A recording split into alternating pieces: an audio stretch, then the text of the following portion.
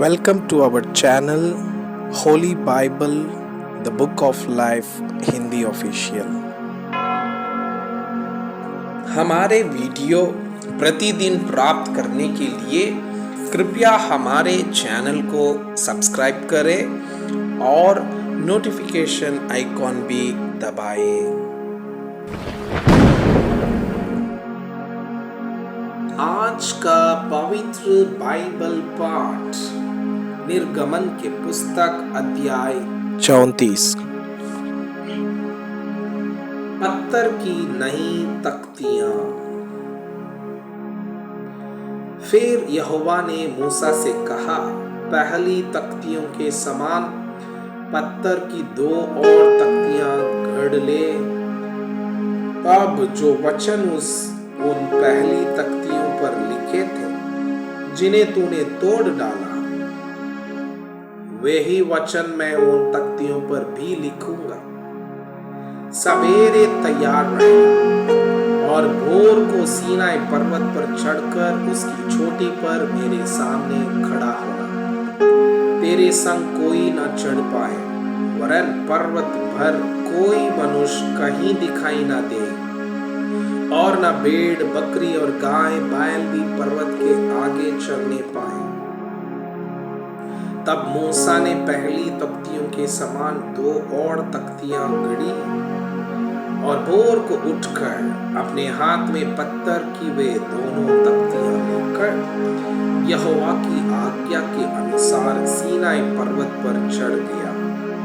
तब यहोवा ने बादल में उतरकर उसके संग वहां खड़ा होकर यहोवा नाम का प्रचार किया।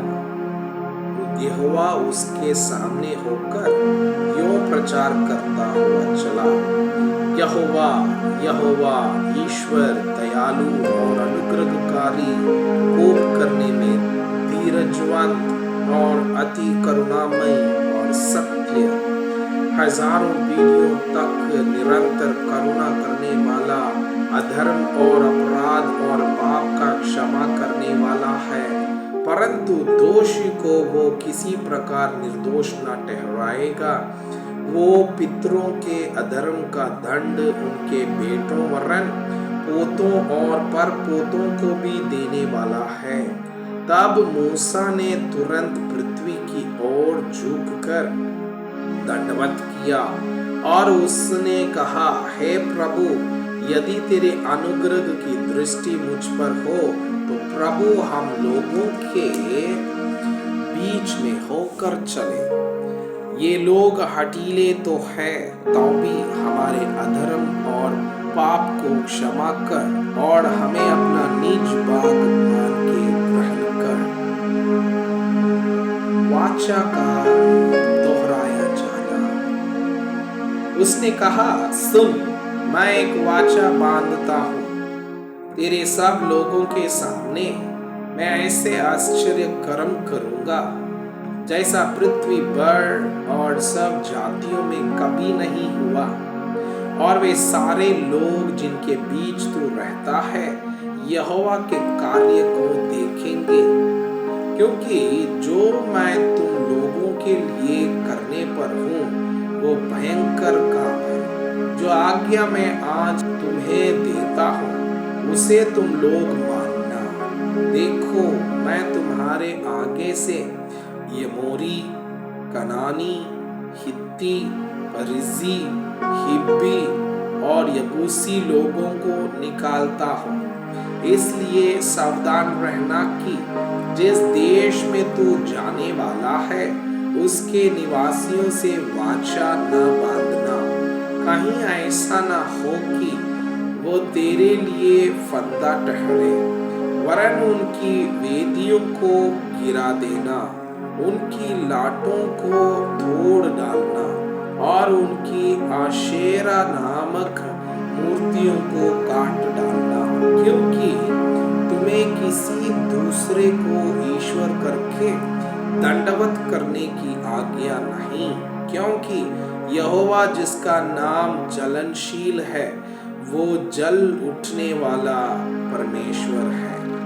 ऐसा ना हो कि तू उस देश के निवासियों से वाचा बांधे और वे अपने देवताओं के पीछे होने का व्यभिचार करें और उनके लिए बलिदान भी करें, और कोई तुझे नेवता दे और तू भी उसके बलि पशु का मांस खाए, और तू उनकी बेटियों को अपने बेटों के लिए पलाए, और उनकी बेटियां जो आप अपने देवताओं के पीछे होने का व्यभिचार करती है, तेरे बेटों से भी अपने देवताओं के पीछे होने का व्यभिचार करवाए।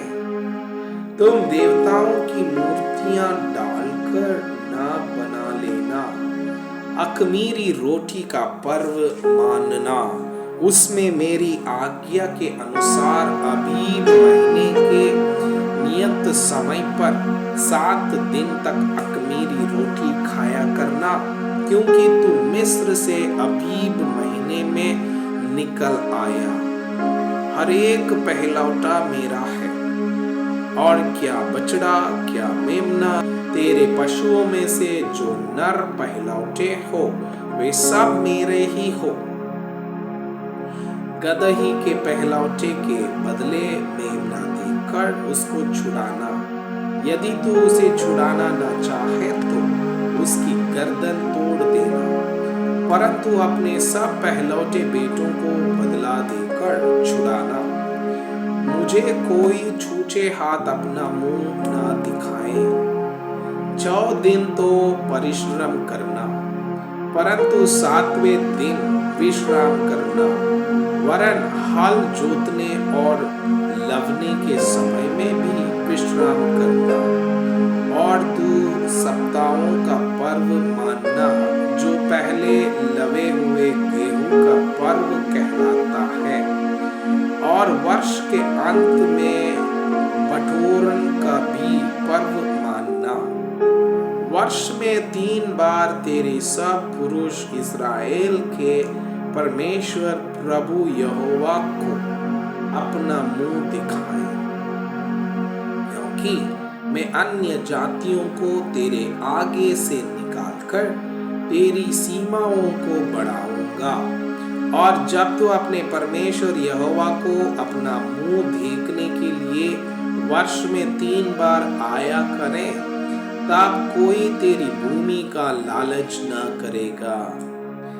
मेरे बलिदान के लहू को खमीर सहित न चढ़ाना, और न फसह के पर्व के बलिदान में से कुछ सवेरे तक रखने देना।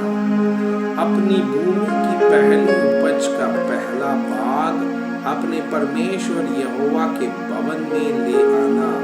बकरी के बच्चे को उसकी माँ के दूध में न पकाना। तब यहोवा ने मूसा से कहा, ये वचन लिख ले, क्योंकि इन्हीं वचनों के अनुसार मैंने तेरे और इस्राएल के साथ वाचा बांधी है। मूसा वहां यहोवा के संग 40 दिन और रात रहा, और तब तक न तो उसने रोटी खाई और न पानी पिया, और उसने उन तख्तियों पर वाचा के वचन अर्थात 10 आज्ञाएं लिख दी। मूसा का पहाड़ से उतरना। जब मूसा साक्षी की दोनों तख्तियां हाथ में लिए हुए सीनाई पर्वत से उतर रहा था, तब यहोवा के साथ बातें करने के कारण उसके चेहरे से किरणें निकल रही थी, परंतु वो यह नहीं जानता था कि उसके चेहरे से किरणें निकल रही है। जब हारून और सब इस्राएलियों ने मूसा को देखा कि उसके चेहरे से किरणें निकल रही है, तब वे उसके पास जाने से डर गए। तब मूसा ने उनको बुलाया, और हारून मंडली के सारे प्रधानों समेत उसके पास आया, और मूसा उनसे बातें करने लगा। इसके बाद सब इस्राएली पास आए और जितनी आज्ञाएं यहोवा ने सीनाई पर्वत पर उसके साथ बात करने के समय दी थी, वे सब उसने उन्हें बताई। जब तक मूसा उनसे बात न कर चुका, तब तक अपने मुंह पर ओढ़ना डाले रहा। परंतु जब जब मूसा भीतर यहोवा से बात करने को उसके सामने जाता, तब तब वो उस ऊँटनी को निकालते समय तक उतारे हुए रहता था। फिर बाहर आकर जो जो आज्ञा उसे मिलती, उन्हें इस्राएलियों से कह देता था।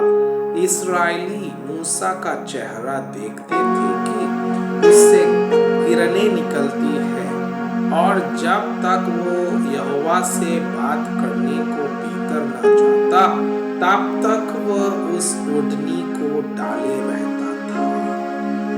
मैं आपसे यह अनुरोध करता हूँ कि कृपया आज का बाइबल पाठ को अध्ययन करें और जिन वचनों के द्वारा आप प्रभावित हुए उसे अपने कॉपी में लिखें और आज दिन भर इस वचनों को अपने जीवन में अभ्यास करें।